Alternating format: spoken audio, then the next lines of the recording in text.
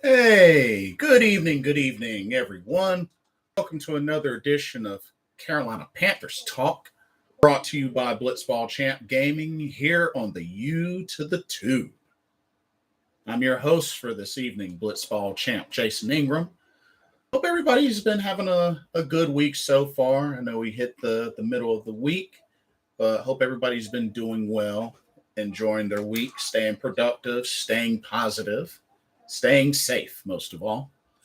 But so I wanted to take some time to do a live stream and talk about some of the things that General Manager Scott Fitterer said with his press conference at the 2022 NFL Scouting Combine that took place earlier, and really just kind of share my thoughts and very open to hearing what others have to say as well on some of the things that he touched, because he touched on a lot of stuff.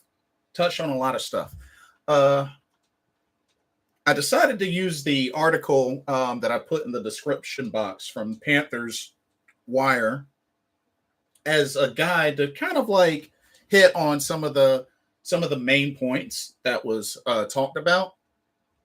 So just want to pretty much start from the top and just go down and let's talk about what was said and just kind of go into deep thoughts and detail about it, shall we?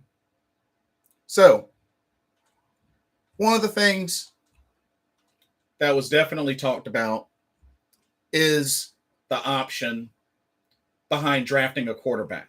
So, a lot of the big buzz for the Carolina Panthers offseason is what the deal is going to be with quarterback. The quarterback position. And it sounds like they are very, very open, whether it's drafting, trading for one, uh, picking one up potentially in free agency, rolling with Sam Darnold. There's a lot. There's a lot to think about.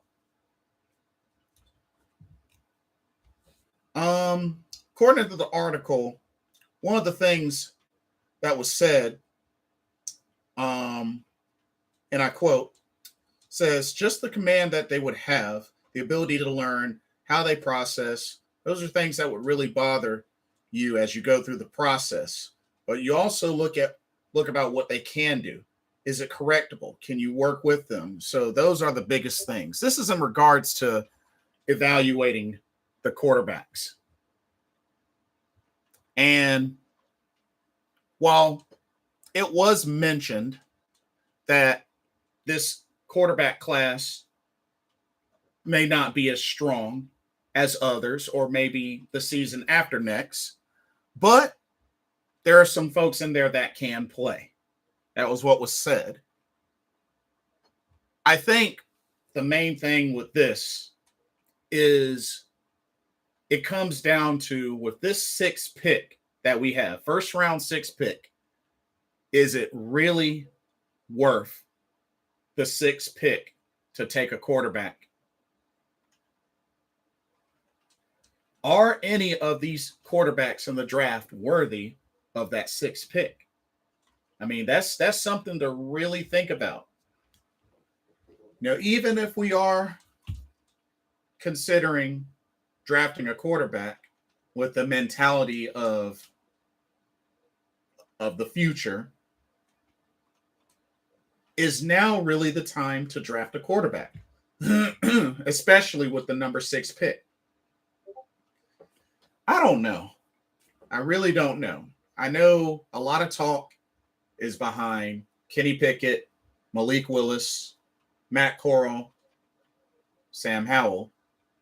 At least those are the main four that seems to be talked about the most, with a lot more eyes on Malik Willis and Kenny Pickett. A lot has been said that Kenny Pickett is the most ready out of these four quarterbacks. And maybe Malik Willis is probably the most talented out of the four quarterbacks. But then it poses the whole argument of, do we sacrifice strengthening the O-line to the max for a quarterback? Not only that, if I go down a little bit, so in the area where it talks about going for the best available player with this first pick, and he was saying, Mr. Fitterer was saying, and I quote, obviously it's going to be the best available. We went into the offseason with emphasis on the offensive line. We see a lot of different options through free agency and through the draft.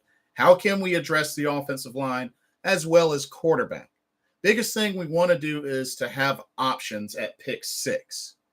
Do we move back? Do we stay there and pick a franchise type player at 6? Is it the quarterback? Is it the offensive lineman? That'll come into focus. We feel like there'll be a really good player there. This is on the subject of weighing the options between an O-lineman and the quarterback.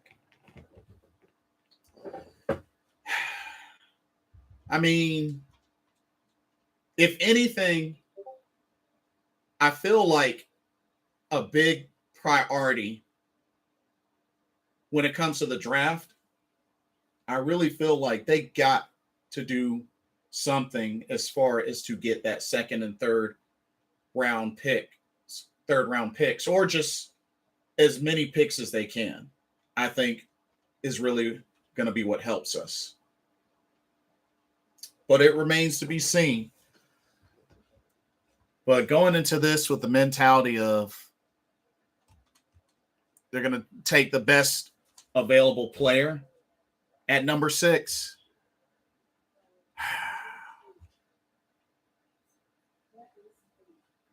it's got to be the best available player that will meet the team's needs the most. I think that's really the mentality that it should be. And then, of course, there were some talks about Desean Watson. And it was said, and I quote, he's under contract with another team. Can't really say much about that. Say any player in general, we will always monitor and see what's happening across the landscape, which, of course, this, reiterates their idea of they want to be in on as many deals as possible for the big name players, or for the players that, we all know that would be able to help this team. And we know that the word is that Miami is off the table with Desean Watson. That was said. Miami is out of the picture. But I still really feel like there's no chance that Desean Watson comes to Carolina, because word is he's not even interested in Carolina. So I think we really gotta, not only the fans, but also I get the organization, but I just feel like we really gotta start letting that go if we haven't by now, because I don't really see Desean Watson coming to Carolina. I just don't.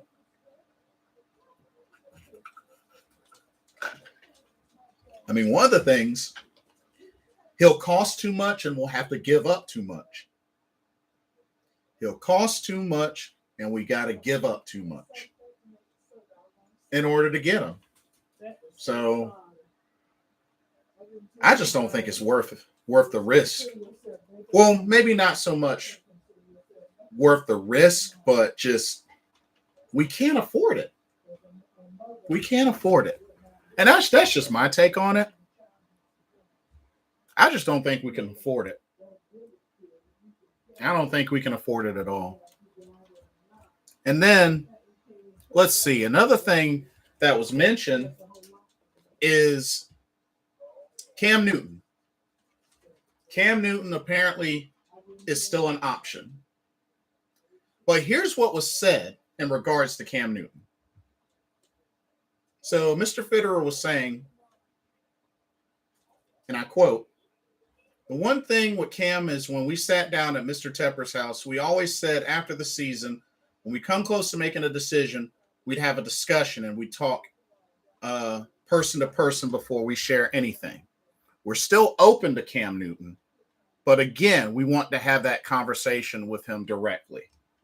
And I think that's fair. I think that's fair. I don't think anybody should jump to any conclusions. I think, let them have a talk and see where Cam is at. Now, word is supposedly Cam Newton wants to go to a winning team. So I don't know how much of that will factor into his decision. And there have been rumors that may be interested in joining Philly. But just recently, it sounds like it has been confirmed that they are going to be rolling heavy on Jalen Hurts as the Eagles' starting quarterback. So, I mean, pretty much said there's no doubt about it. There's no doubt. So I don't know if that's going to factor into Cam Newton's chances of going to Philly or not. But if anything, I'm all for the idea.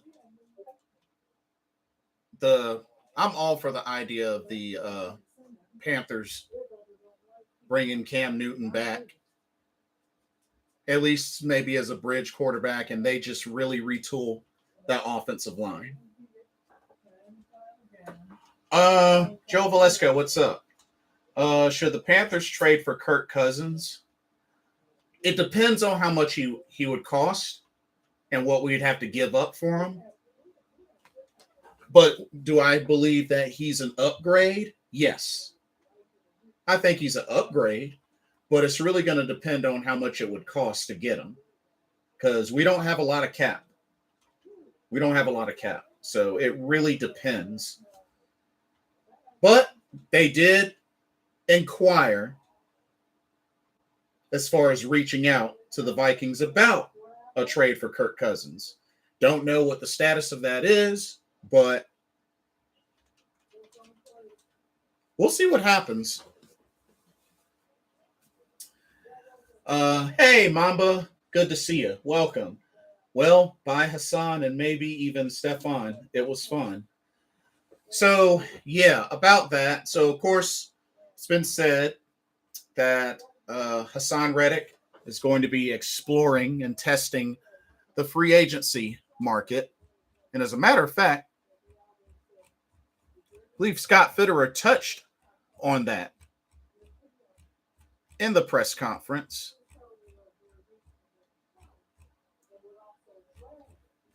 But they're pretty much okay with him exploring the free agency. So if you ask me, I agree with Mamba on this. I don't see Hassan staying. I don't see him staying personally. Here it is. Mr.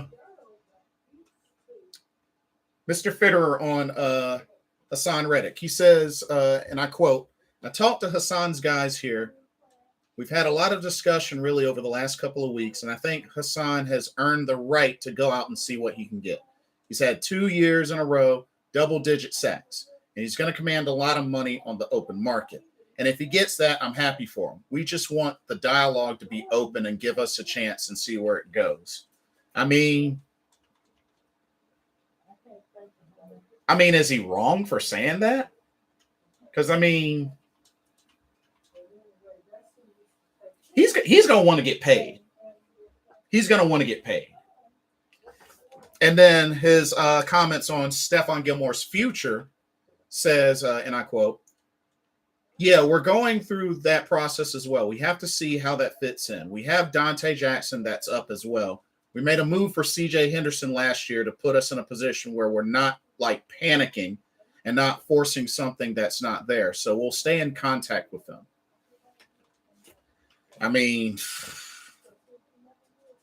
And what's going to make that hard is if Stephon wants 15 mil, that's going to make it really hard to make that happen.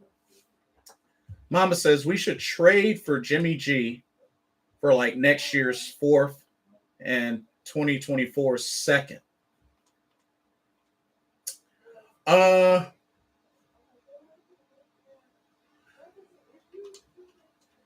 don't have an issue with Jimmy Garoppolo. I just wonder if he's going to be able to recover and be ready. Because I know they said he's going to have shoulder surgery and that he's supposed to be good by the summer, but I don't know. Proxu YT, thank you for your comment. Thanks for joining the stream. Panthers should draft Kenneth Walker. He's fire. I've heard a lot of good things about Kenneth Walker, as a matter of fact. So Kenneth Walker from Michigan State.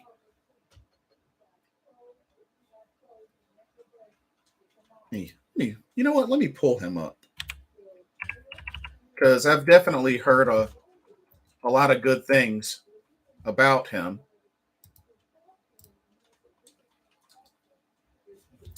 Mamba says, I heard the 49ers are not looking for a lot. They're just looking to get Jimmy G off their hands, which doesn't surprise me.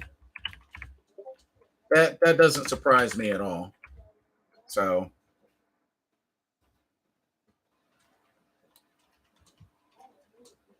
but yeah, Proxu, I assume you're talking about Michigan State running back, Kenneth Walker the third. I mean,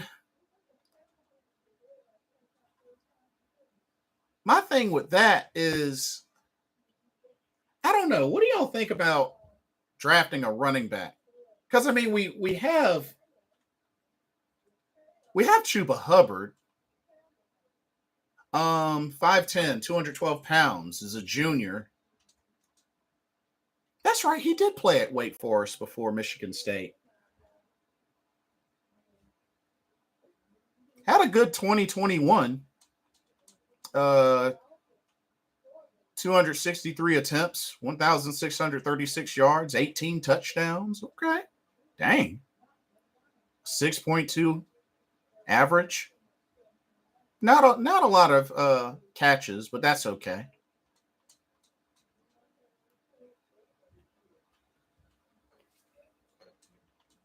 His vision is elite. I'm telling y'all. Oh, all right. Played in the 2021 Peach Bowl. And he did announce that he is going to be in the draft. He is going to be in the draft.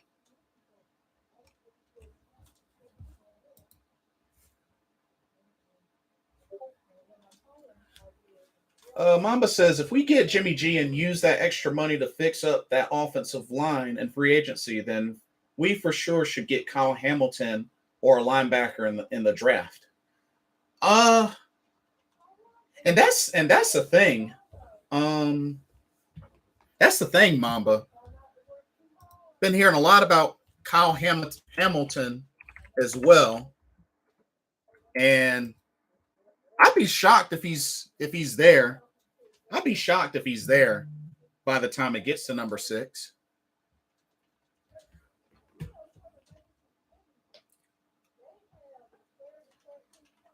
Five touchdowns on Michigan. Oh, he scored 5 touchdowns against Michigan? Dang. We need a power back too. I mean, does Chuba Hubbard not count as a power back? I mean, 6 feet, 207 pounds? Does that not count? Do y'all not like Chuba? But no, we probably could get a bigger back. But I mean, Chuba didn't do bad. Chuba didn't do bad. No love for Chuba? Mama says, heck no, man. Dang. No love for Chuba? I thought he did all right. I mean, I know he had to fill in and carry the load with C-Mac getting hurt. But I mean, 172 yards, or excuse me, 172 attempts, 612 yards, 5 touchdowns. He kind of struggled with catching, 25 receptions, 174 yards, and 1 receiving touchdown.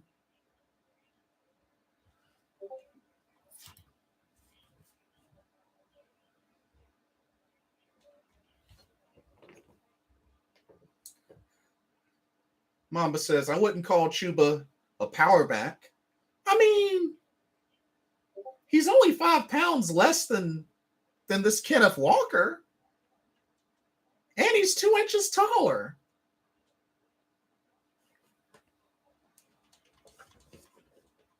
I'm just saying. He's big, but he does not use his body. He tries to be too flashy. Yeah, which I feel like is what led to some of his a little bit of his fumbleitis, and also his hands are still a little. He does have the butterfingers, but I think he will get better. After all, think about DJ Moore. He had the fumbleitis his rookie year, and he has been gold ever since after his rookie year. So you make a good point, though. You make a good point. But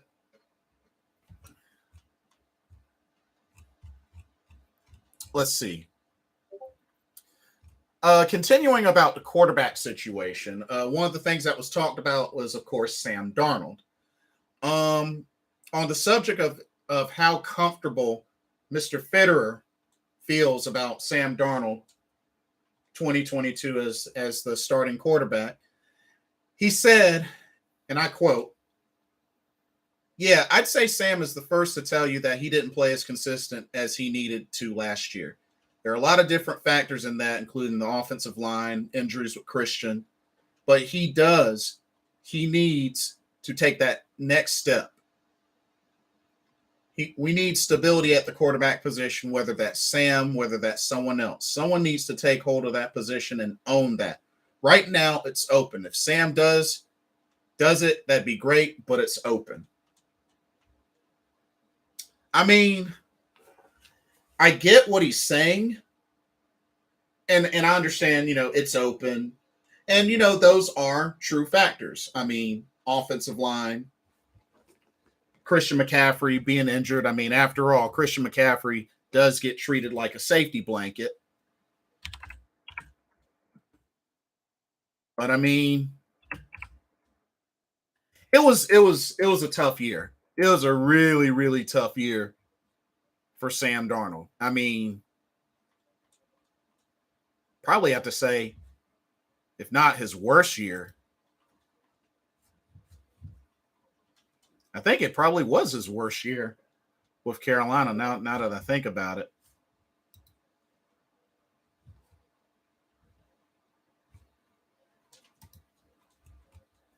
As a matter of fact,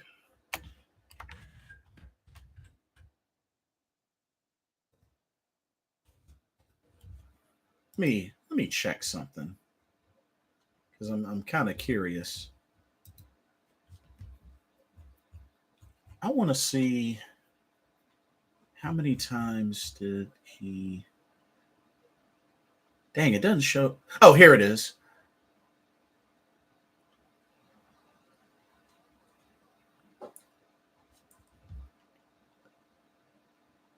I mean, he did get sacked 26 times.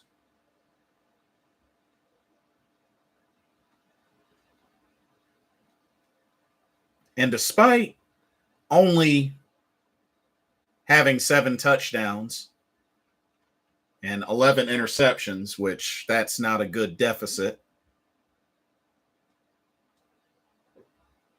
the man struggled. The man definitely struggled. But at the same time, if it came down to beefing the offensive line and other needs while sacrificing another year with Sam Darnold, I'm okay with that. Because we have to also remember, we did pick up the 5th-year option on Sam Darnold. Like, that's the big thing that still stands out, y'all. We picked up that 5th-year option, that $18 million. That's a big deal. So, I mean,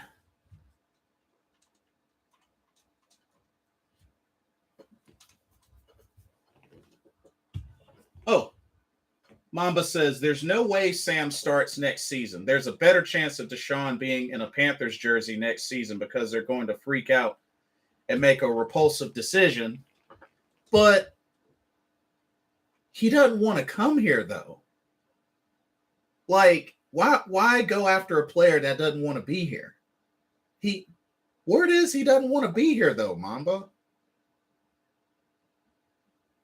That's the only thing.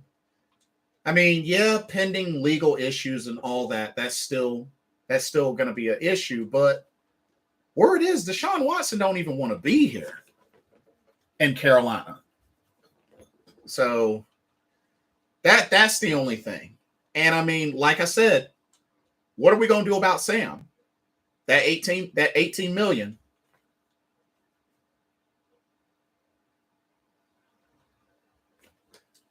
He said he's open-minded when it comes to the Panthers. Really? Did he change his mind? I could have sworn there was a lot of feedback that was saying that he wasn't interested in Carolina.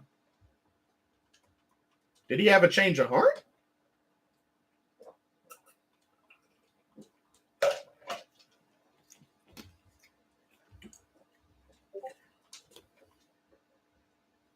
That was last year when he was dead set on the Dolphins. Well, I guess it makes sense now that the Dolphins are off the table.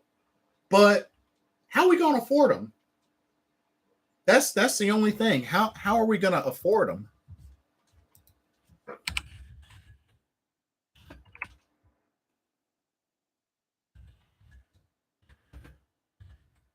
He ain't gonna want no little contract. That's for sure.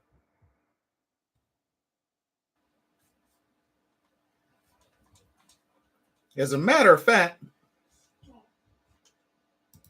his current contract,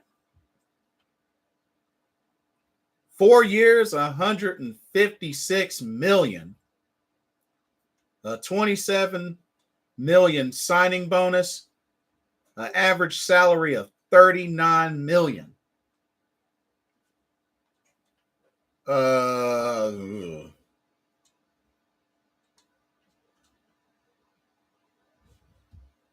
That we can't afford that. We can't afford that.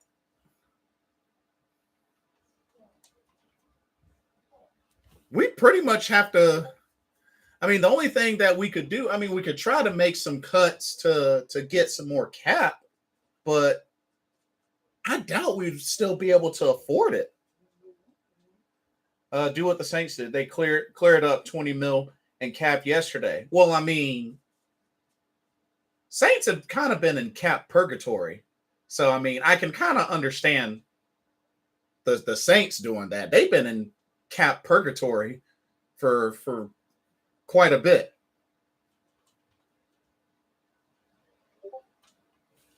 And then, I mean, shoot, his base salary, Desean Watson's base salary in 2022 is 35 million.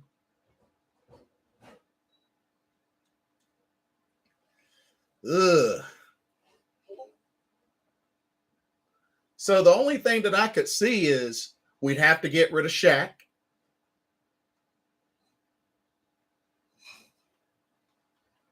I mean, giving up so many players for one quarterback, I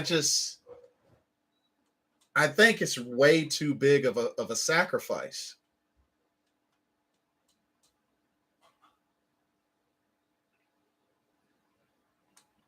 Yeah, we're gonna have to trade someone like Shaq, which I really don't want to do. Yeah, and then you get rid of Shaq, you trade Shaq.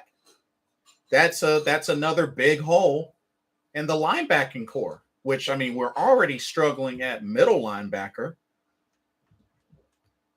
I mean, yeah, we brought back Luvu, but then to turn around and lose Shaq and Jermaine, which he's scheduled to be a free agent.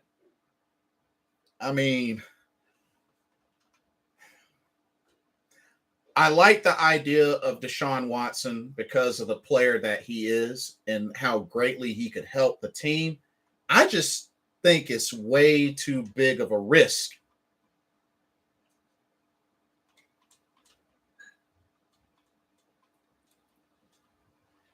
I love the idea of Deshaun I almost said Deshaun Foster, Deshaun Watson in the Panthers uniform. I just think he's way too expensive.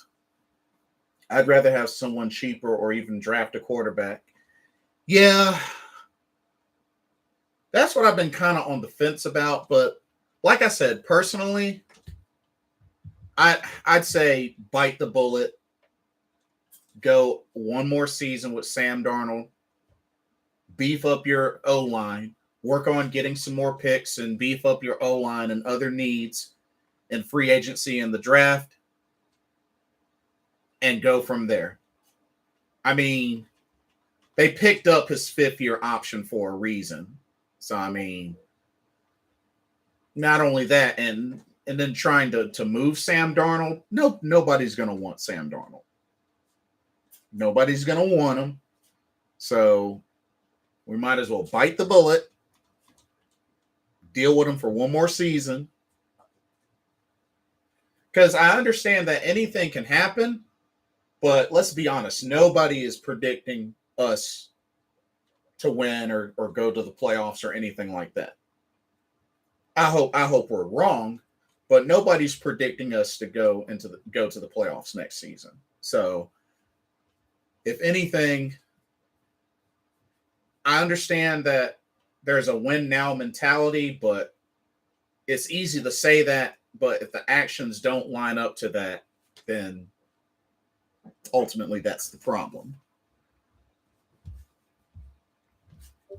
Let's see.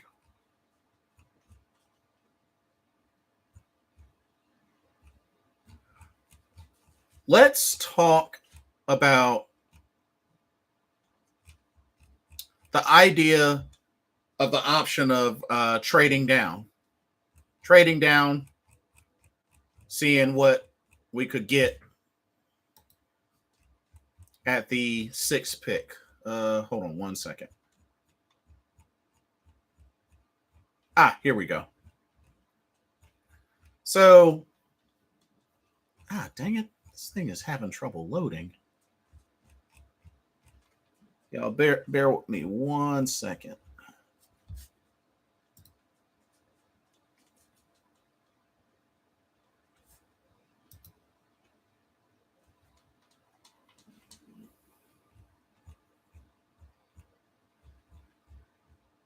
Okay, here we go. Mamba says, I really like James Campen. He is exactly what our offensive line needs, and it sounds like he and Brady Christensen sounds like he likes Brady Christensen and Deontay Brown. Is that what you're trying to say? Scott Fitterer on considering moving down from the 6th slot, the 6th pick in the first round. He says, and I quote, "Oh yeah, I think we can definitely look at that. Now, if there's a franchise type player sitting there and we think this is a cornerstone for us for the next 10 years,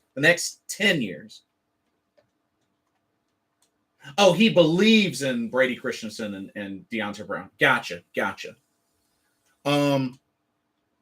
Scott Fitterer says, if there's a franchise type player sitting there and we think it's the cornerstone for us for the next 10 years, we might have to just take them. You don't pass on a really good foundation piece for your team. However, if there's opportunities or the compensation is so much where you just can't pass on it, we'll always go back." Whew. I mean, we're in need of a franchise quarterback. But at the same time, we've been in need of an offensive tackle, especially left tackle, for a long time. So that can really That's going to really determine a lot of things.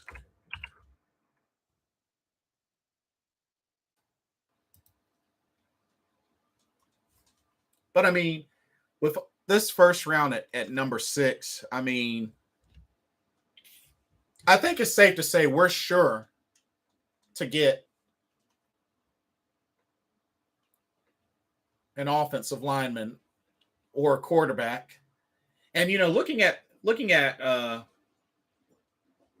Tankathon actually has Kyle Hamilton going to the Giants with that 7th pick. But they still have us at Kenny Pickett.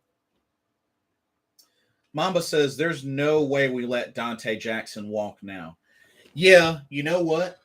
I was thinking about that earlier because I feel like if they're letting Hassan explore free agency and there's no sense of urgency to bring back Stephon Gilmore, then yeah, I think they are probably going to try to go all in and try to bring back Dante Jackson. I mean, because realistically, I think we could afford to lose Dante or Stephon, but not both. If we lose both, then it's going to really look bad for us. Stephon's contract is projected to be $28 million in 3 years. Oof.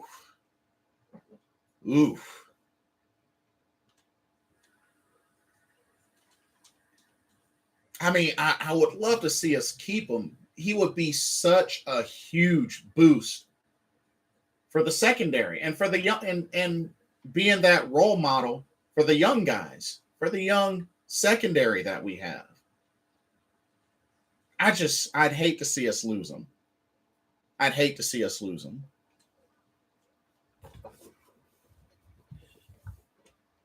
And then there were even talks about going with either Derek Stingley Jr.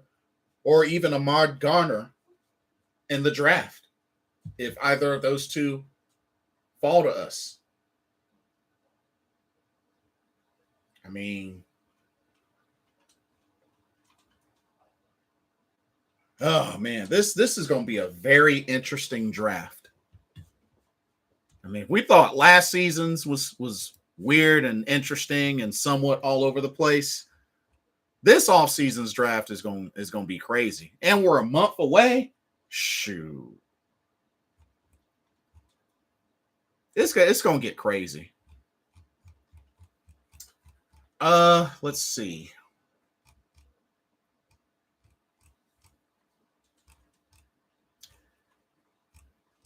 So here's a little bit more. I'm getting so tired of being right, man. Hey, you should embrace being on a roll, Mamba. You should embrace it. Ian Thomas. Let's talk about Ian Thomas. So here are the details from Mr. Fitterer about why they chose to extend. Jarrett Cole, good to see you. What's up? Rome's, good to see you. What's up? Mr. Fitterer's comments on extending Ian Thomas, and I quote, Ian, the way he plays for us, he's an inline blocker that has the ability to get down the seam. I was telling people earlier, he hit the 20 miles per hour in GPS. The guy, once he goes up, can really run. He's got receiving skills. He probably has not shown that as much, probably in the past year or two.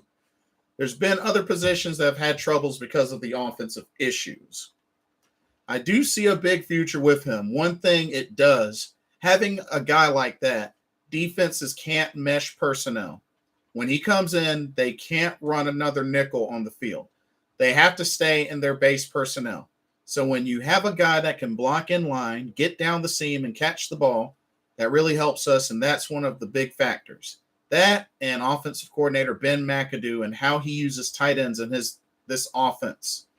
That was a big factor in this too. He identified this as his player that could really help us. So, wow, sounds like Ben McAdoo gave the endorsement on Ian Thomas, as well as, I guess, Scott Fitterer. Now, the only thing that sucks is he's dealing with 5 misdemeanors. So, that was just really bad timing. Goodness gracious. Dang.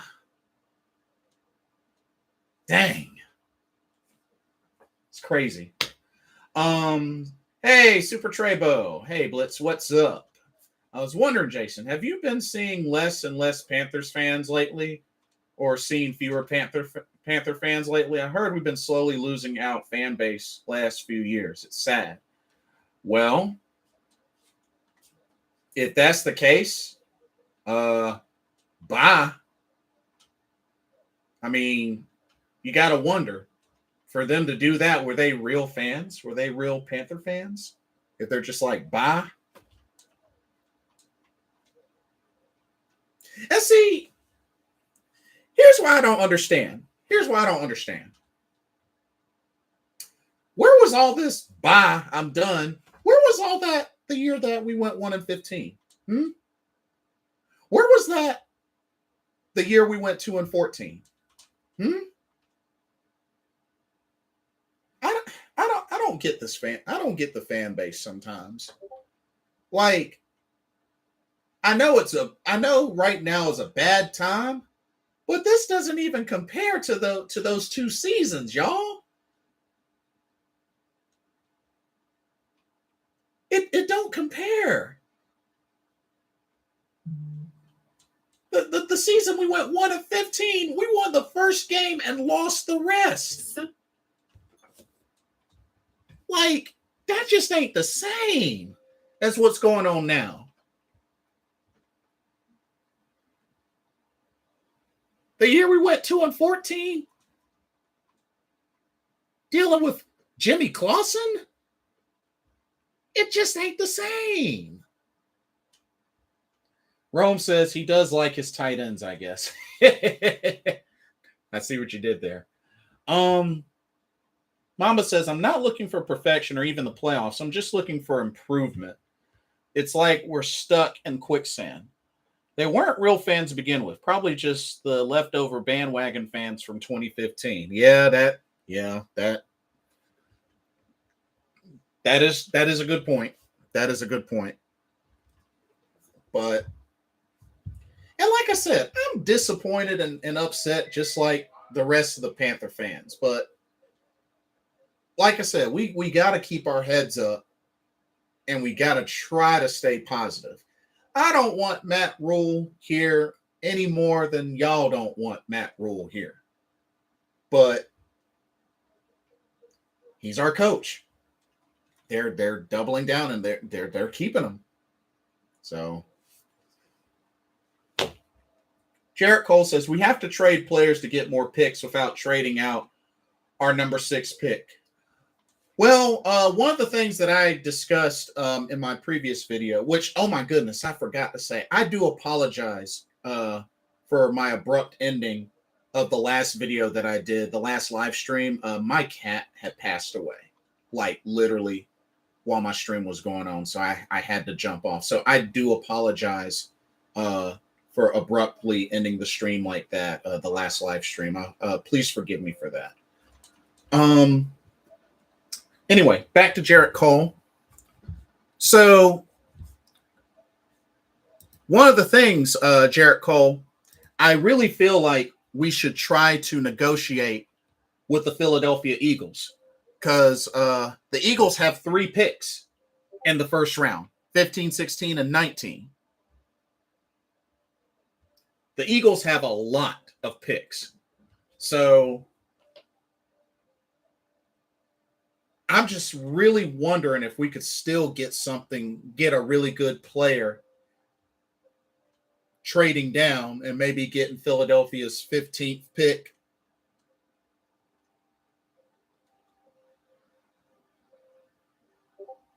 But we have to find out some way to get a second and a third round. Maybe we could get Philadelphia's 15th and 51st pick. Because I mean, they're still going to have 3 picks in the first round anyway. I think we could probably get Philly's 15th and 51st pick for our 6.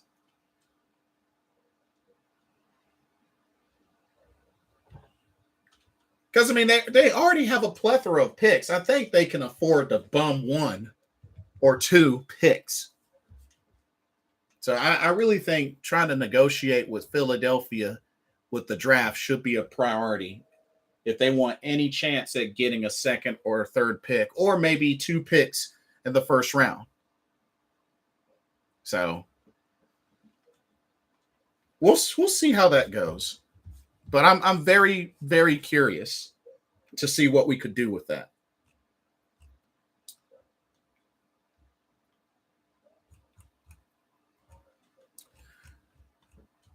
Let's talk Christian McCaffrey. So Scott Fitterer had quite a bit to say on Christian McCaffrey. Now, as far as the injuries and just what type of role, Jarrett Cole says, yes, all Phillies first round picks sound good. I don't know. I don't know if we can get all three of them. I mean, shoot, maybe getting the 15th and 16th would be nice. Now, if we could get the 15th and 16th pick for our 6, that would be nice. At least we would get 2 picks in the first round. That I wouldn't mind. That's a little bit more manageable, getting 2 picks in the first round, or a pick in the first round and a pick in the second round. But just not having a pick between the first and the 4th round, that's too big of a gap. So we got to fix that. But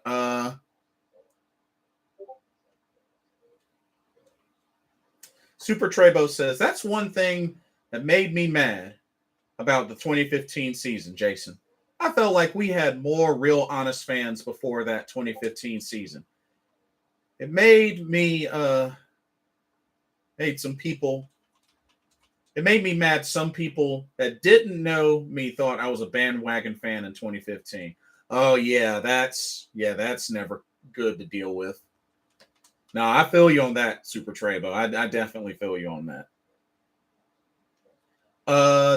They would probably give 2 that would kind of compensate for the second round picks. I agree. Get back to C. Yeah, I'm sorry. CMC. Mr. Fitterer's quotes. He says, the talk is he's been hurt the last couple of years. They've really been kind of freak injuries. The one in Miami was a freak injury. Someone fell on top of him. I think what we'll look at is, are there different ways we could practice? Are there different things we could do during the week with Christian? I know he's very in tune with his body. He's really studying that as well. And we'll do anything we can to help him. I think more than anything else, those have kind of been more freak injuries than anything else. Well, here's the thing. When you're using him, especially from the backfield, in a good 85-90% of your offense, I mean, the wear and tear adds up. And also have to factor in that he's not a big guy. C-Mac is a small guy, very elite, very elusive, but he's still a small guy. So, I mean, Mr. Fitterer, you kind of, in a way, you kind of answered your own question with the idea of moving McCaffrey around into potentially slot receiver, which he says, I think we'll explore every option. Maybe that does take a little bit of wear off his body. You think? The one thing I know is we're a better team when he does have the ball in his hands. He's a playmaker from anywhere, whether it's the slot or coming out of the backfield. I mean, in all honesty, it really shouldn't have to take so much to think about with Christian McCaffrey. I mean, Mr. Fitterer, it's there really shouldn't be a lot to think about. Put him in the slot. If you want to run him out of the backfield, do sweeps, do tosses, but don't account for him in 90% of the offense. You have other weapons for a reason. If you want to put him in the best position where he can succeed and lower the wear and tear, put him in the slot.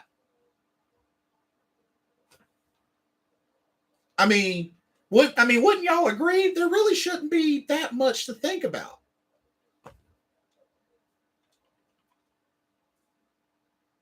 I mean, there really shouldn't be much to think about. Put him in the slot.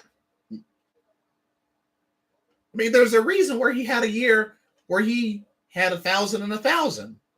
The dude has the hands. He can play receiver. He's got the speed to run the routes crisp, and he's got the hands. What makes you think he can't have another 1,000-yard receiving season playing out of the slot?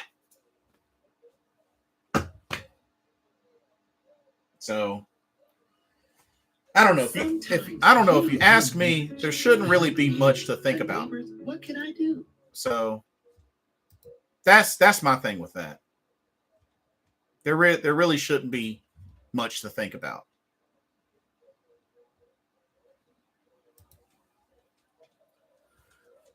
Let's see. But I really hope that they emphasize that. Ben McAdoo, you got to get on that. You're going to be the man behind the offense. Ben McAdoo, I hope you account for C-Mac playing out of the slot. You got to do it. Not only that, you give another speedy option next to another speedy guy like Shi Smith. Speaking of receivers,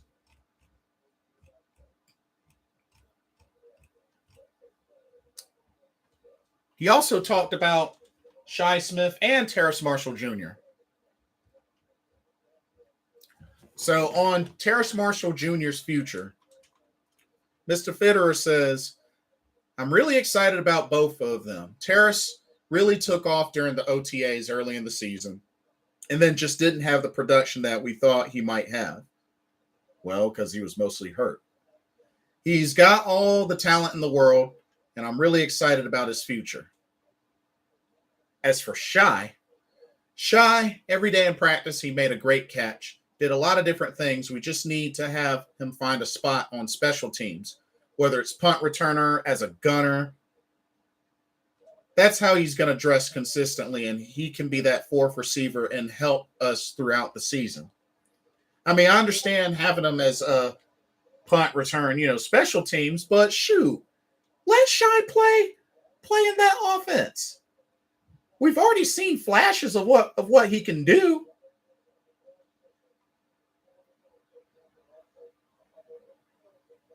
We've already seen what Shi can do. Shoot, let that man play in the offense. Shoot, if Robbie Anderson wants to run his mouth and go bye-bye and we trade him, this is a great opportunity for Terrace Marshall Jr. and Shi Smith to be worked into that offense. So, hey. Super Drapo says, I agree. Put McCaffrey in the slot and draft a power back and draft offensive linemen like crazy. Y'all don't like Chuba as potential power back? Nah, let me stop. Jarrett Cole says, will CMC be happy about playing more in the slot and getting less rush? I would. If I was CMC, I mean, he can disagree if he wants, but I mean, and I'm sure he's not complaining about getting the touches, but at some point, if you want to be successful and be able to live and move to be successful, you're going to have to start making some changes. You're going to have to start doing some things differently. And him having a role, shifting his main role to the slot may be what needs to happen. Either that or lower the mess out of his touches. So that's the only thing.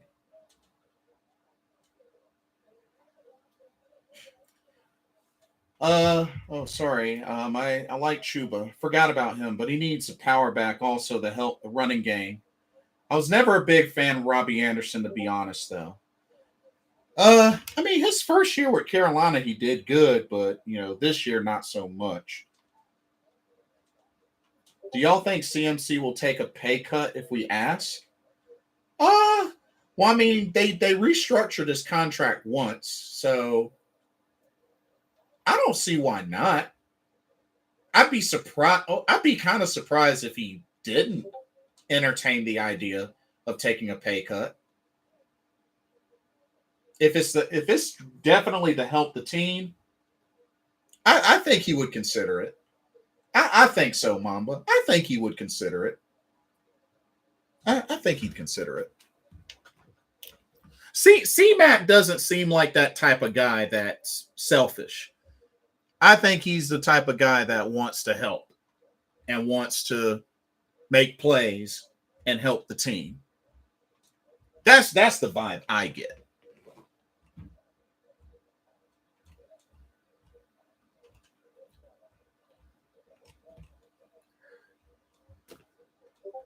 Brady Christensen. Mr. Fitterer's comments on Brady Christensen, on where they stand with him. He says, and I quote, I think he can play probably 3 or 4 spots on the offensive line. The one thing is when he went out, played left tackle this year, he did really well for us. Facts. Talking to Coach James Campen, our new O-line coach, he said, wow, I wish this guy would have played more. I wish we would have seen more of him at left tackle. Thank you, James Campen. Thank you. Thank you.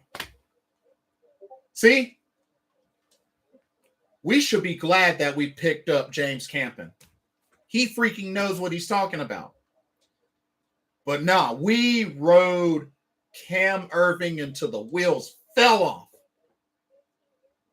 And Cam Irving was a biggity bust.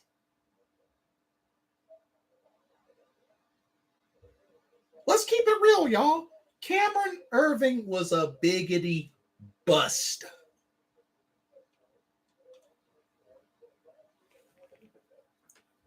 Continuing.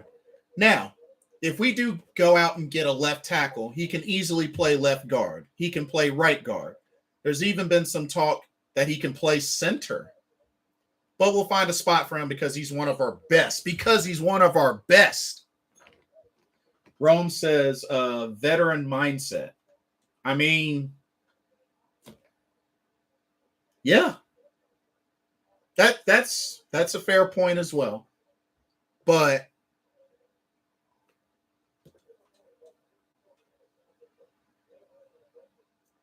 I mean, that's a big deal. And it was even said he should have played more games at left tackle. That says a lot. Jarrett Cole says, do you think Ian Thomas will be suspended or fined? One or the other. I think one or the other will happen, unfortunately. I hate to see that, but I mean, it's probably going to happen. But I think it will be one or the other.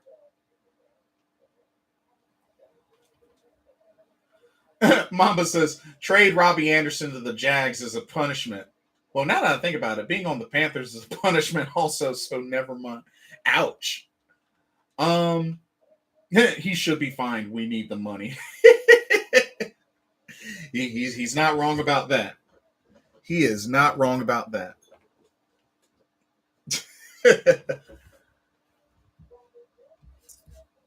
Oh man, that's you're funny, Mamba. Oh man. Joe Velasco says, what did he do? Oh, he's facing 5 misdemeanor charges, Joe Velasco. For attempting to escape the police on an unregistered dirt bike.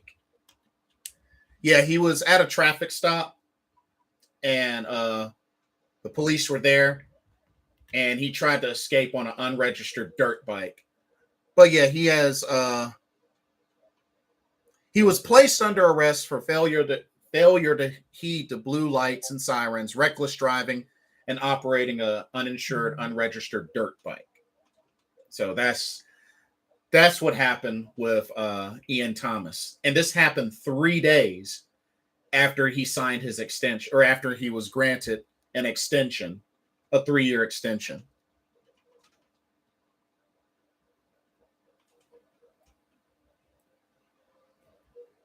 That's crazy.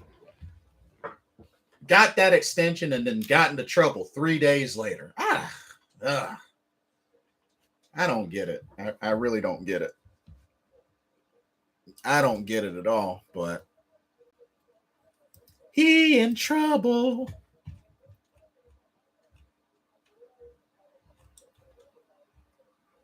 But as I look at this article, I keep going back to the Cam Newton discussion.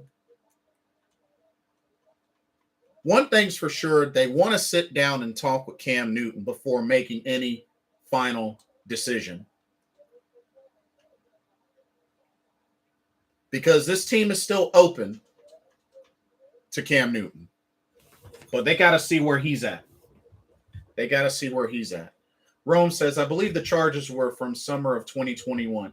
Yeah, that's what I've been told.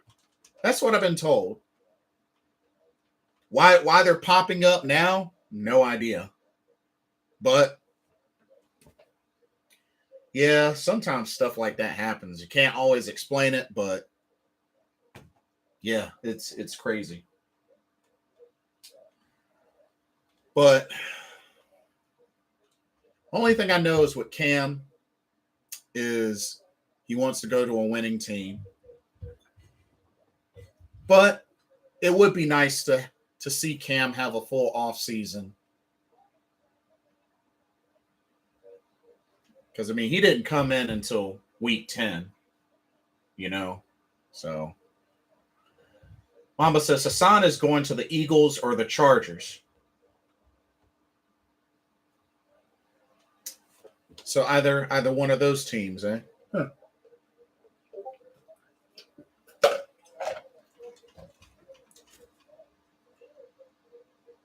But yeah, this was quite a press conference.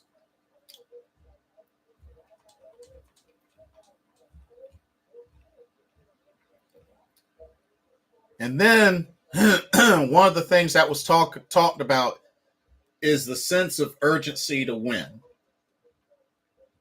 And here's what Scott Fitterer had to say about that. He says, I'll tell you what, winning can't happen fast enough around here. I think there is urgency, and there's an opportunity this year. And I think as long as we keep making good decisions one after another and keep stacking this and building it the right way, it'll happen. I know for Mr. Tepper and Nicole Tepper, it can't happen fast enough. For myself, for Coach Rule, and I get the frustration from the fan base because we need to win. That's our responsibility. We need to put a product on the field that can win. Oh, he's not wrong. He's not wrong about that. The frustration from the fan base. He sounds like he gets it.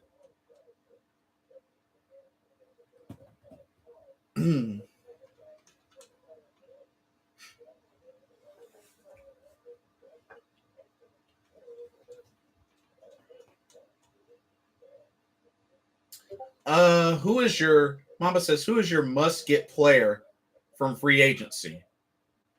Oh man, me personally, I wouldn't mind entertaining the idea of Brandon Sheriff. just because you can beef up that part of the O-line and free agency. So I wouldn't mind going for him.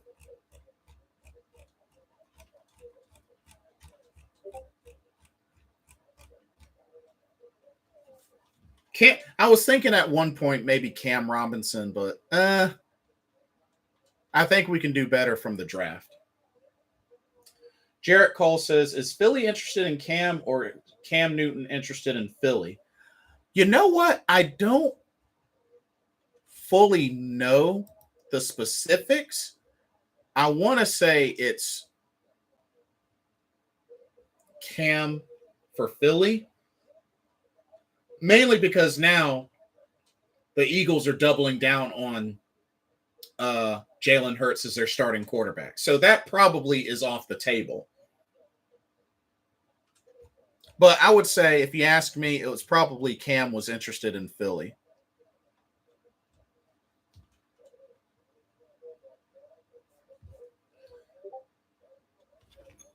Yeah, what Mamba said. I heard Cam is interested in Philly. What Mamba said. At least Scott was man enough to even have a press conference. True. But here's my thing. Mr. David Tepper, when the heck are you going to get on the mic? Like, did I miss something? When is Mr. Tepper going to get on the mic? Or like, I must have missed something because I still haven't seen him get on the mic. Like, what's the deal? Mr. Tepper, you ain't going to say nothing. You ain't got nothing to say. That kind of bothers me a little bit. Like, you're the owner. You're the owner. I don't know. I don't know. Maybe I missed something, but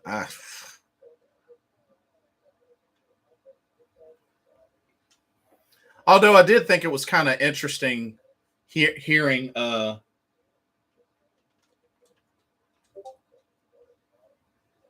Malik Willis. Hey, what kind of offense that you fit into? One that scores points.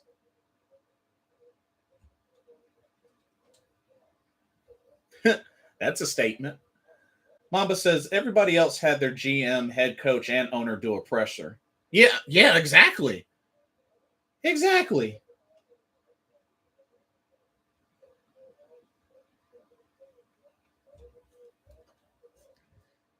Mr. Tapper, where you at? Where you at, man? Where you at, man? It's crazy. It's crazy. Oh, man. And there's a lot of people vouching for us to get Malik Willis. A lot of folks.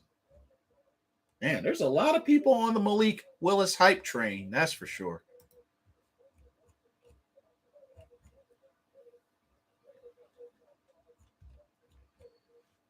But I'm a little nervous. I'm a little nervous about the draft and just seeing these players slip away, y'all. You know what I mean? Just seeing these players slip away.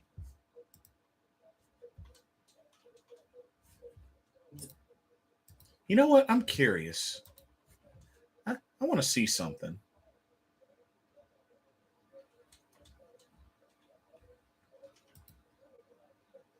Wasn't there another mock draft? I thought there was a. Yeah, let me look at this mock draft report on the Panthers website. I'm kind of curious. Let me see this. Jarrett Cole. I know Jarrett Cole. Where are you at, Matt Rule? Yeah, exactly. Can't hide. Can't hide. Mamba says Tepper needs to lay in the bed he made and face the music just like Scott did. He's the man behind all this. Facts. Facts.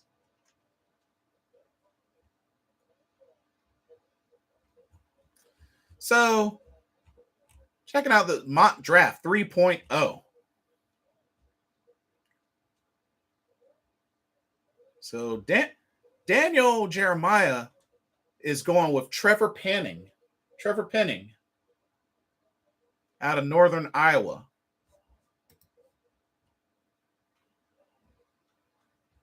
In the Tankathon, they have him going to the Chargers at number 17, perhaps.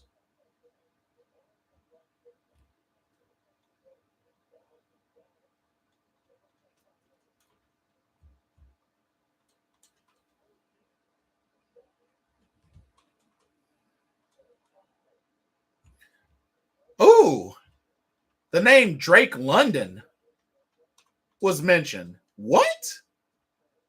Wide receiver out of Southern California.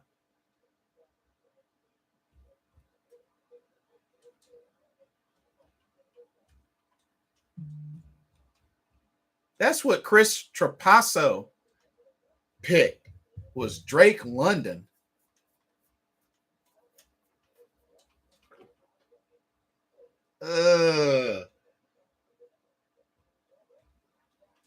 Jarrett Cole says Carolina Panthers should get Trevor Penning.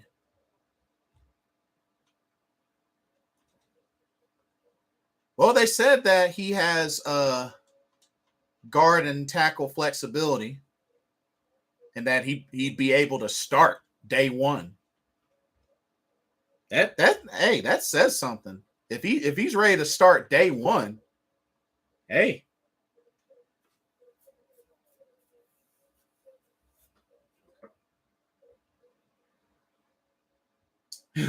Rome says yikes. LMAO. Mama says, oh yeah, I saw that. I need what they smoke in ASAP. Dang, that's savage. Super Trebo says, I'm about to get a new Panthers tag for front of my car to replace the old one. Should I get a blue Panthers tag or silver Panthers tag? Which one would you go with, Jason? Oh, that's simple. Blue. Totally go blue. Gotta go blue. Rome says, Ikem is still my fave, but Penning is nice. Oh, yeah, Ikem Iguanu. Yeah, there's been a lot of buzz behind him as well.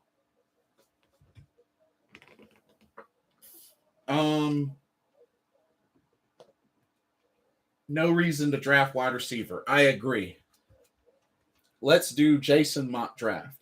It's funny that you mentioned that, Jarrett Cole. Me and Mr. Carolina are going to, the next video that we do together, where we are actually going to run a mock draft. It was actually his idea as well. So do look forward to that. And there'll be a whole stream dedicated to that with me and Mr. Carolina together. So keep an eye out for that. So Daniel Jeremiah went with Trevor Penning. Todd McShay went with cornerback Ahmad Sauce Gardner out of Cincinnati. Now that is a name that's been kind of mentioned to be in competition for the best defensive back coming out of the draft. So what do y'all think about Ahmad Gardner for that 6th pick? But yeah, Chris Trapasso went with wide receiver Drake London. Nick Baumgartner went with Charles Cross, the offensive tackle out of Mississippi State.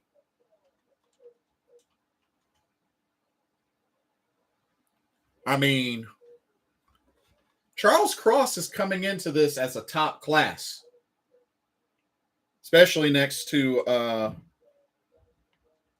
Evan Neal.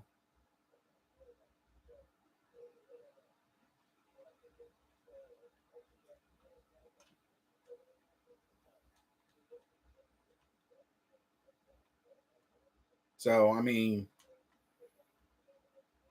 I'd be totally cool with that. As a matter of fact, both Austin Gale and Nick Baumgartner are going Charles Cross. Damian Parson is going Malik Willis. quarterback out of Liberty. Mamba says, I can cut some slack with Ahmad Garner mock because I guess they assume that Stefan and Dante will leave. And that's a fair argument, too. That is a fair argument. That's a fair argument because we might not have either of those two. And word is, if you want to get technical, they could cut AJ Bouye and get some money back. But if we don't bring back Dante Jackson or Stephon Gilmore, then we're looking at a cornerback lineup of CJ Henderson, JC Horn, AJ Bouye, Keith Taylor. Those would be the four. Those would be the four cornerbacks. Horn, Taylor, Bouye, Henderson. And that's a young group. I mean, I know AJ Bouye is 30, but that's an overall young group. Rome says, it would be cool to see CJ Henderson start as CB2 next year. There's potential. There's definitely potential.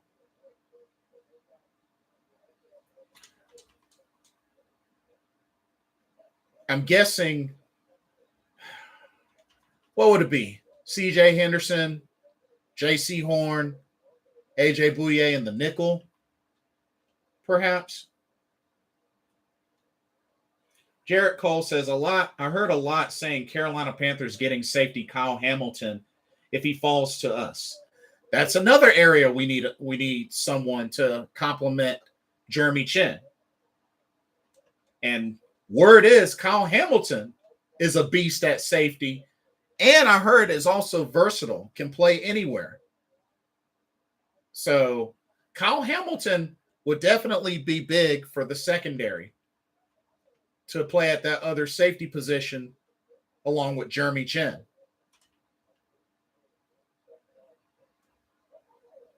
So that's definitely something to think about there, Jarrett Cole. Indeed.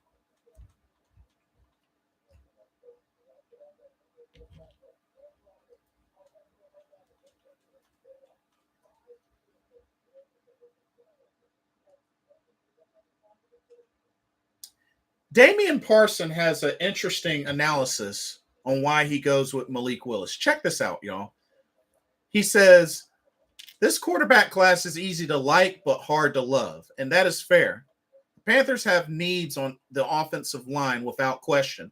After reading my guy Joe Marino's roadmap detailing how to fix this offense, I decided to select the quarterback that offers the most bang for our buck. Liberty's Malik Willis has tantalizing traits and physical tools. He will need a year to sit, but that is not a bad thing. Allowing him to learn how to be a pro while honing in on his mechanical corrections, his bazooka arm talent paired with his unreal running ability fits the new mold at quarterback. Willis's potential is more than enough of a reason to draft, stash, and develop him as your future. What do y'all think about that?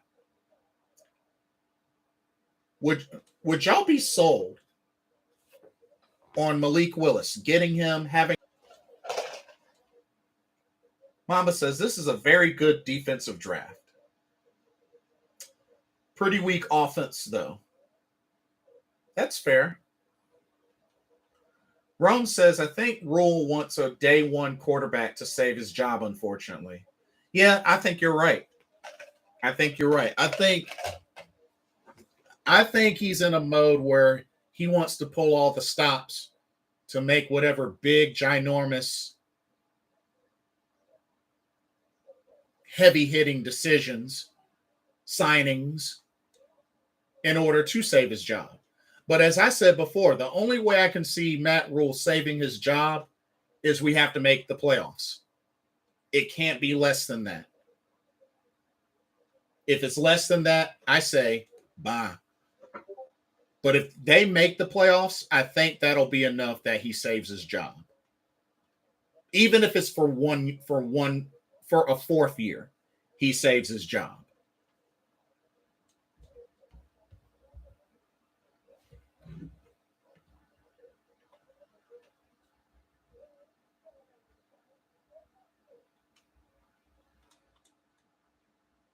So,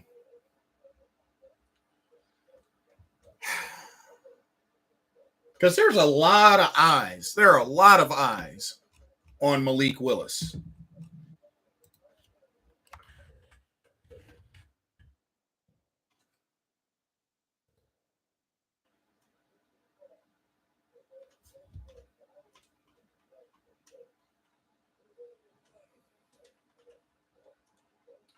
Mamba says, if we draft a quarterback, then we have to bring back Cam.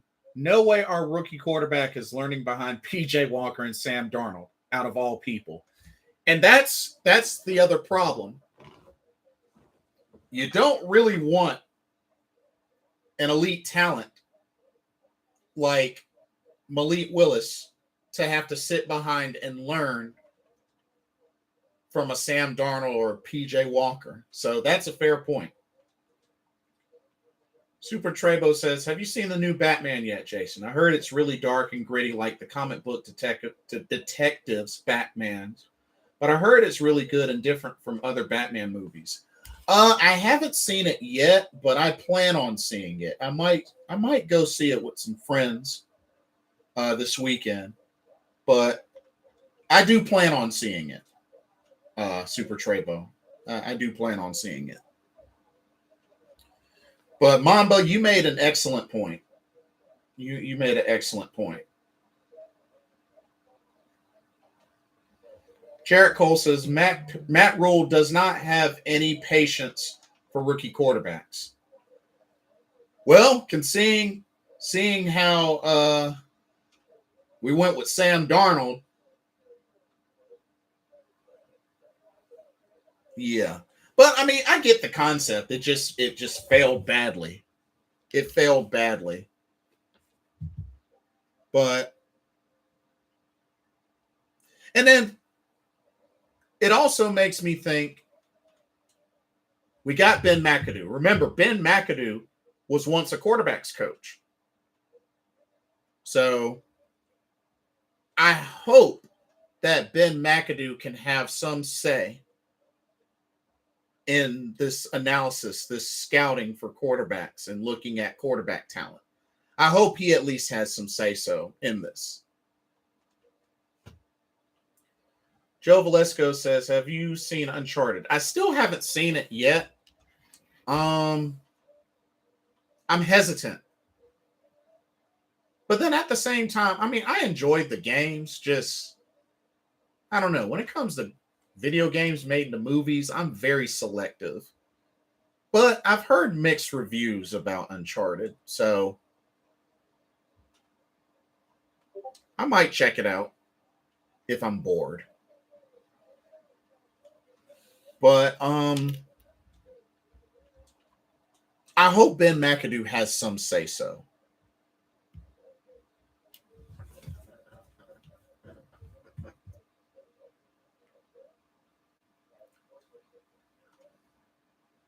The thing I see with Malik Willis, he'd be another dual threat quarterback.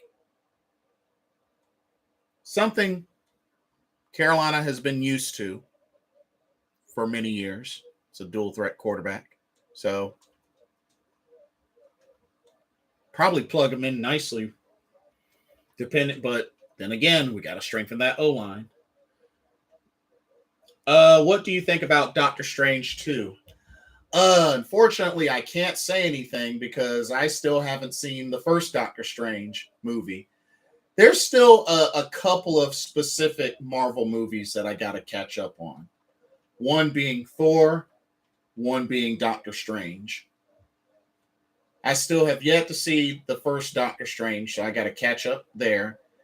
And I've only seen the first Thor movie. Yeah, the first Thor movie. So there's a couple of Marvel movies I still got to catch up on.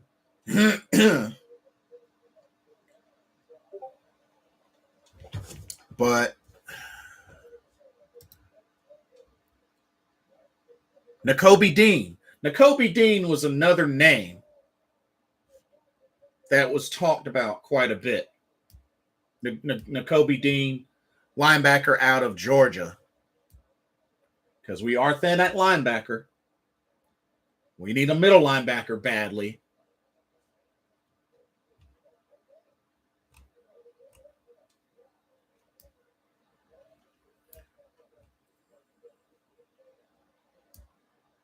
And now that I think about it, looking at this first round of the draft, looking at teams that I could see go for a quarterback, the main teams that I could see go for a quarterback are the Commanders, possibly the Falcons,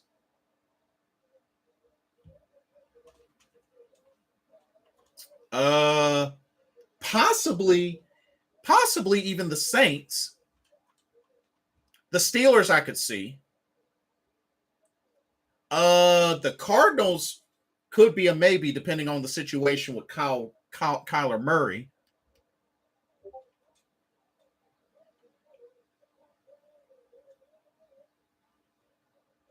Yeah, those are probably the 5 teams I could see that could potentially take a quarterback in the first round.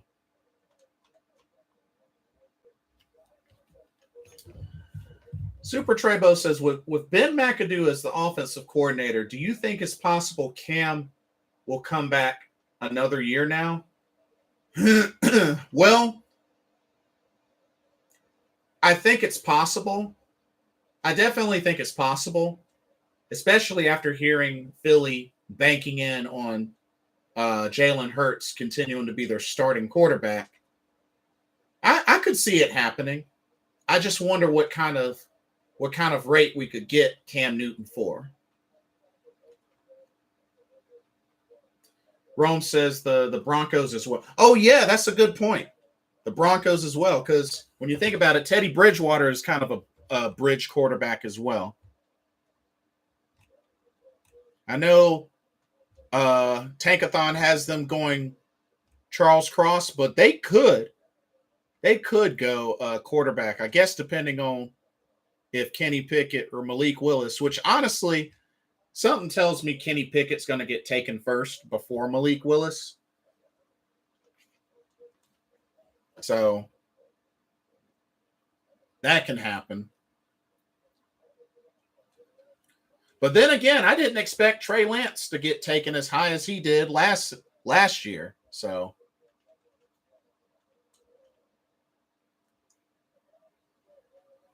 something to think about.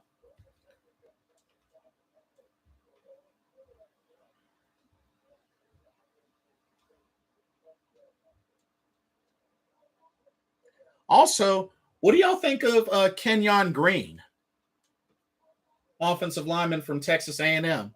I've heard that name quite a bit.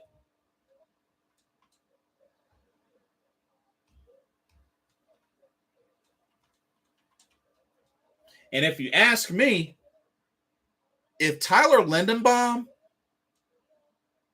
is available, I think we have to strongly consider Tyler Lindenbaum. Because think about it. We're not going to have Matt Paradis. I think we should consider Tyler Linderbaum. At center? Shoot.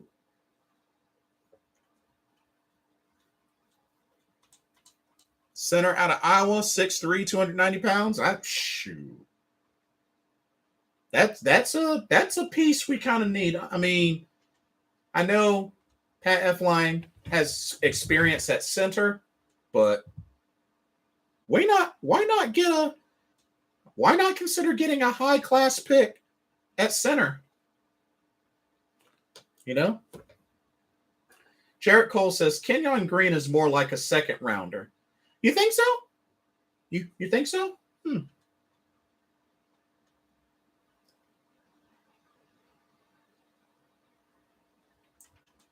But dang, they got Kim Ikwanu going as high as 5 to the Giants.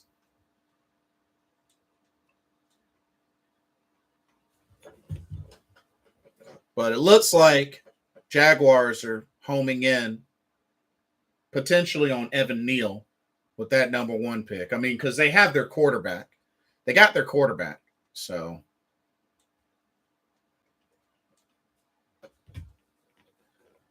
but like I said, don't be surprised if the Falcons end up going quarterback. Matt Ryan ain't going to be here forever. But don't be surprised if the Falcons get a quarterback.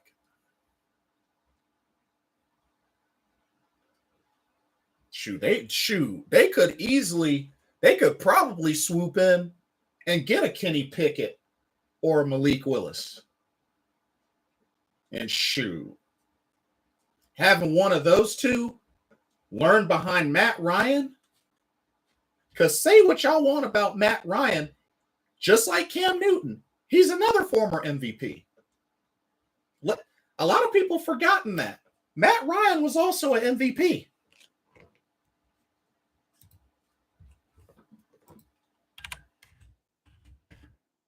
I mean, I know they had that meltdown in the Super Bowl. Yeah, they had that meltdown in the Super Bowl. But remember, Cam Newton won MVP first. Who won it the following year?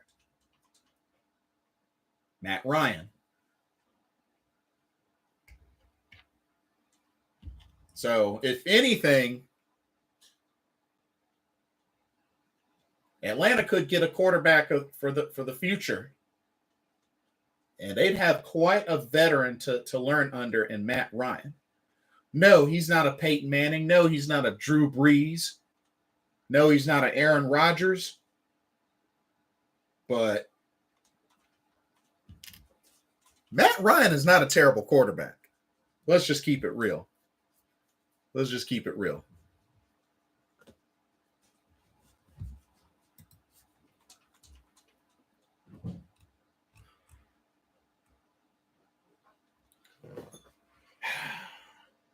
I'll definitely be really curious to see what me and Mr. Carolina do in a mock draft.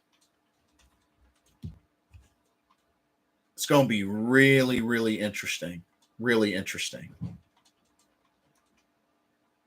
But anyway, I think that's all for tonight. I think I've talked y'all to death. But we're in the month of March. The draft will be here before you know it. Let me see. When is the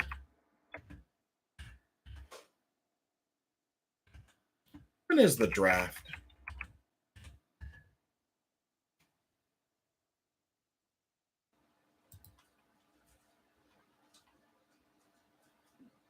April 28th through the 30th. Okay, into April.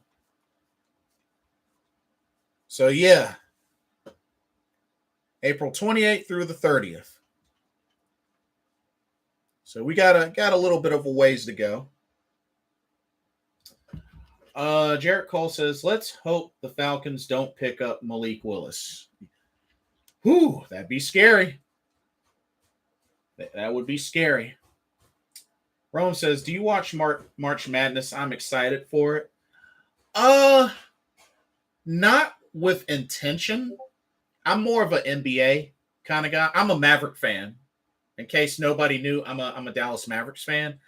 I can't say I consistently keep up with March Madness, but I mean, if it's on, I'll watch it. But I can't say that I consistently keep up with it. But yeah, I'm a Dallas Mavericks fan. Really, really happy for them lately. Just recently beat the Lakers and just recently beat the Golden State Warriors again. Luka Magic. And I am definitely happy that we traded away Porzingis. I'm sorry, but that dude just was not doing it for us. Jarrett Cole says, are you doing live at the draft? Oh, yeah. I do plan on doing a live stream for the draft.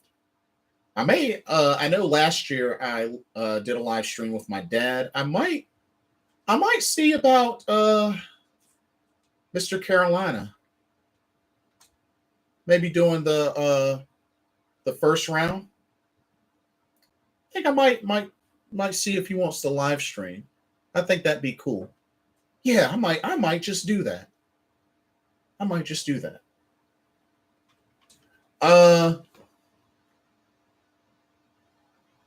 What is up with the Lakers? Oh, the Lakers. Oh, the Lake Show.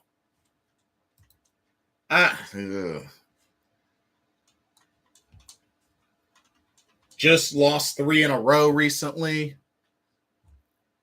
Actually, that's happened quite a couple of times this season.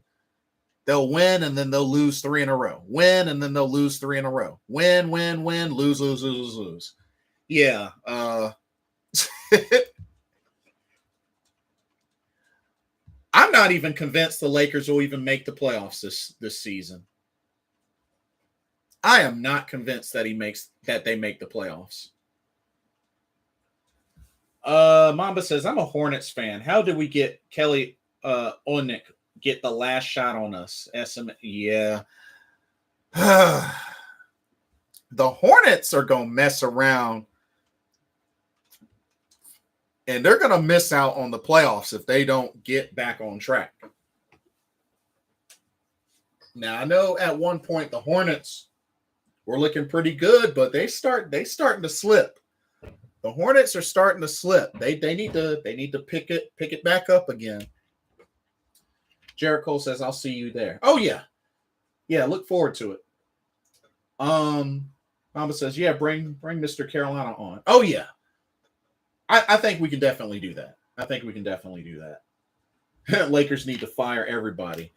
I knew things were going to go downhill after they got Russell Westbrook. I'm sorry, but that guy is not a team player. That is a ball hog. All he can do is just score. When he gets hot, he's great. Yes, I understand he's Mr. Triple-Double, but Russell Westbrook, after the one opportunity that he had against the Heat and the NBA Finals, I don't see Russell Westbrook ever winning a championship. As much as I hate to say that, I don't think he's going to win a chip. I think Luka will win a chip before Russell Westbrook. And that's a bold statement, but yeah.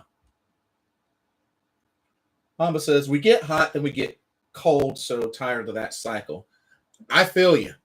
I definitely feel you. Rome says LeBron going back to Cleveland again. Mamba says he's a stat patter. They're better off starting Malik Monk. Yeah, you're probably right. But I mean,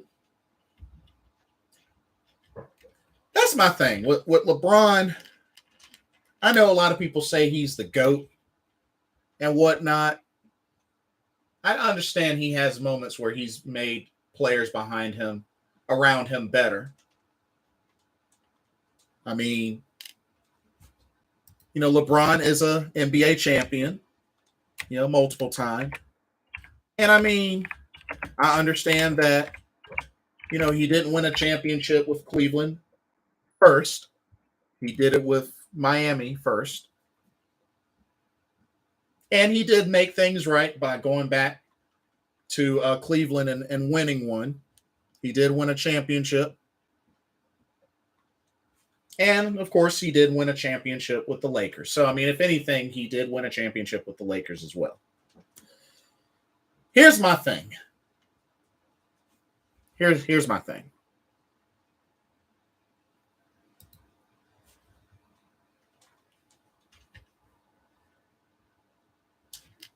When he went to the finals the first time with Cleveland, yes, I understand they got destroyed by the Spurs. My thing is, You made it to the finals with the team that you had, which, I mean, some can argue that the Eastern Conference was weaker than the Western Conference. I get that. But why did he not stay and try to recruit folks to come to Cleveland so that they could go back there, go back to the finals? Didn't even try once, but yet decided to take his talents to Miami to join the Miami Heat. Nobody doesn't give him any crap for that, but everybody wants to give Kevin Durant crap for leaving the Thunder and going to the Golden State Warriors. Now, don't get me wrong. Golden State Warriors, did he go to a super team? Absolutely. He went to the ultimate super team at the time in Golden State.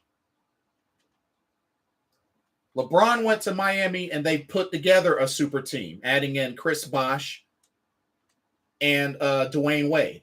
And then so many people want to say that Chris Bosh really isn't that good. You know, Chris Bosh, I mean, is he really part of the big three? He's not really that good. Chris Bosh is a multiple time, double-digit all-star? Hold on. Correct me if I'm wrong. Hold up. Chris Bosh, 2-time NBA champion with the Heat, 11-time NBA All-Star. Oh, but he's trash. Oh, he's not considered part of the super team. Man, please. He's a 11-time All-Star with more than half of his All-Star runs with the Toronto Raptors. Man, please. Fact of the matter is, LeBron, D-Wade, Chris Bosh, yes, they were a super team. They came together and formed a super team. Were the Golden State Warriors a stronger super team? Sure. But it's the same concept. It's the same concept. Both did what they felt was best for them to win a championship. Because at the end of the day, there are so many greats. Careers are over in the Hall of Fame and haven't won a single chip. Charles Barkley. That's one. John Stockton. Reggie Miller. Never won the big chip. Fact of the matter is, folks are going to do what they feel is best to put them in a position to win a championship. And I'm not against it. Does the whole super team seem cheap? Sure. I'll give you that. I'll give you that. But so many people want to get on Kevin Durant's case for doing what he did. But didn't LeBron James, and y'all let me know what you think, but didn't LeBron James pretty much do the same thing? I'm just saying.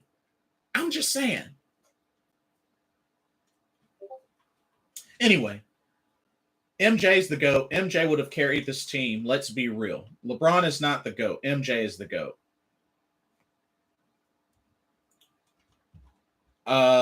Yeah. I mean,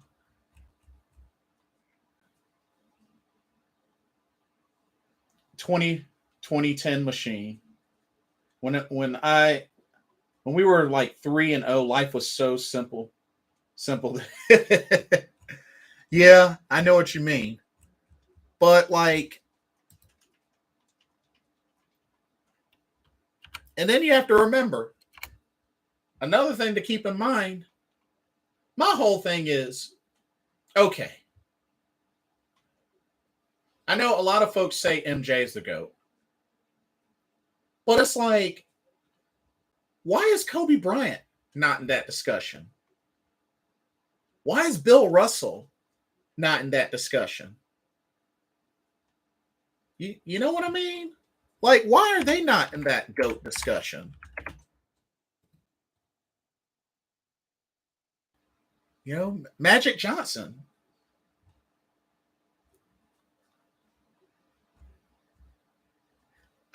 I feel, and I'm I'm not saying that MJ definitely doesn't qualify. I'm not saying that.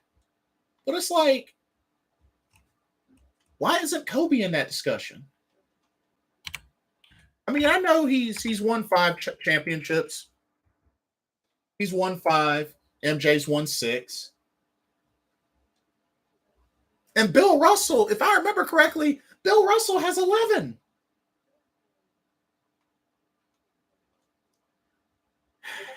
And then again, we have to ask ourselves, how do we designate the GOAT? How do we designate who the GOAT is? That's another thing to think about. So, Mamba says, I hear a lot of people say Kobe is the GOAT, bro. I think Kobe is like 9th or 10th all time. I mean, yeah. I feel like he should definitely at least be in the discussion. I mean, Kobe, shoot. Going off of stats at least. That's the thing, man. Knowing you had to go to a game, play in the game, and you had to play against Kobe. And that's why I felt like the Dallas Mavericks run to the NBA Finals was so special. We beat Portland. Nobody expected us to beat Portland. They were calling for an upset. And we swept the Lakers, who won the championship the previous season. We beat the Thunder, which they were a pretty hot team that season, and we beat them in 5. And then we beat the Miami Heat, the created super team, in 6.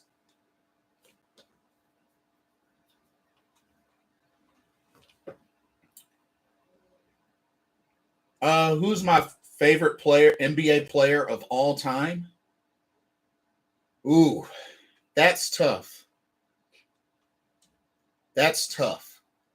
For me, it's hard for me to pick the best of all time. The closest, I'd have to say Dirk, only because just in all my life of watching NBA basketball, I never would have imagined seeing a pure shooting big man until I saw Dirk Nowitzki. A 7-foot shooter. That ain't normal. But I like to kind of break it down deeper than that. Who would I think the greatest dunker of all time is? Vince Carter, without a doubt. For me, there's no argument. Vince Carter. MJ was great. Dr. J was great. Dominique Wilkins was great. Spud Webb. When it comes to dunking, Vince Carter's the GOAT. Favorite shooter? Just in general, shooter, 3-point shooting. I know it's going to be crazy me saying this, but I love his release. I'm a big fan of his shooting touch, his release. Favorite all-time shooter, Peja Stojakovic. The Serbian sniper.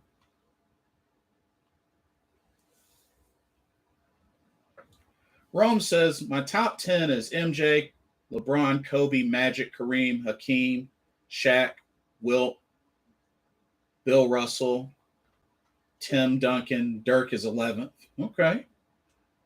And favorite player of all time is James Harden. Ooh, okay. Mamba says, mine is Tracy McGrady and Muggsy Bogues, Tim Duncan, Allen Iverson. Ooh, a lot of speed there. Rome's is a Rockets fan. Oh, man, you're a Rockets fan. Well, could be worse. You could be a Spurs fan. Then we probably would have a problem. Um, I mean, there's a lot of players that I really, really like. Um, I'll give you a surprising fact.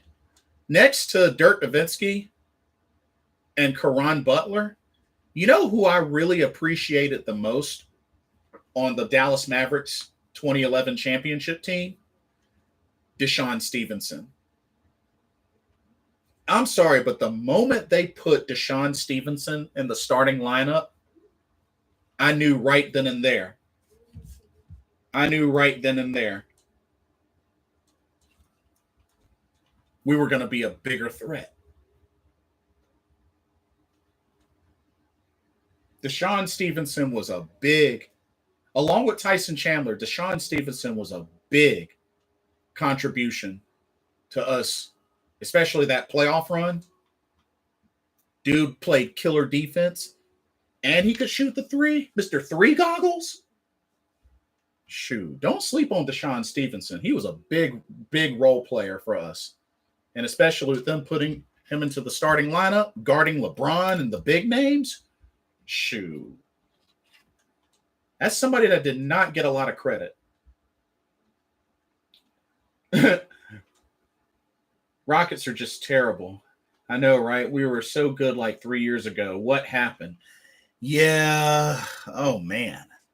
Where are the Rockets at in the standings? Oh geez. Oh yeah, that's right. They are last. I thought it was the Thunder that were last, but nah, it's the Rockets. Ooh, Jesus. Yeah. Dang. Yikes.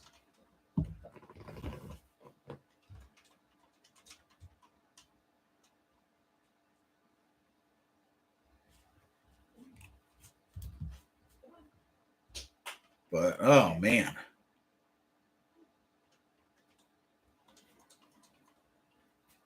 But we'll see what happens. All-Star weekend is over, so it's the final push to the NBA playoffs. Should be exciting. Should be really exciting. But anyway, that'll do it for now. Wow, y'all are very, very talkative tonight. So thank y'all so much for all the feedback, all the chats, all your input. We got a lot of work to do. The draft is the end of next month. We got a lot of work to do. But let's see what happens. We're in the free agency period now. Let's see what happens. So thank y'all so much for watching.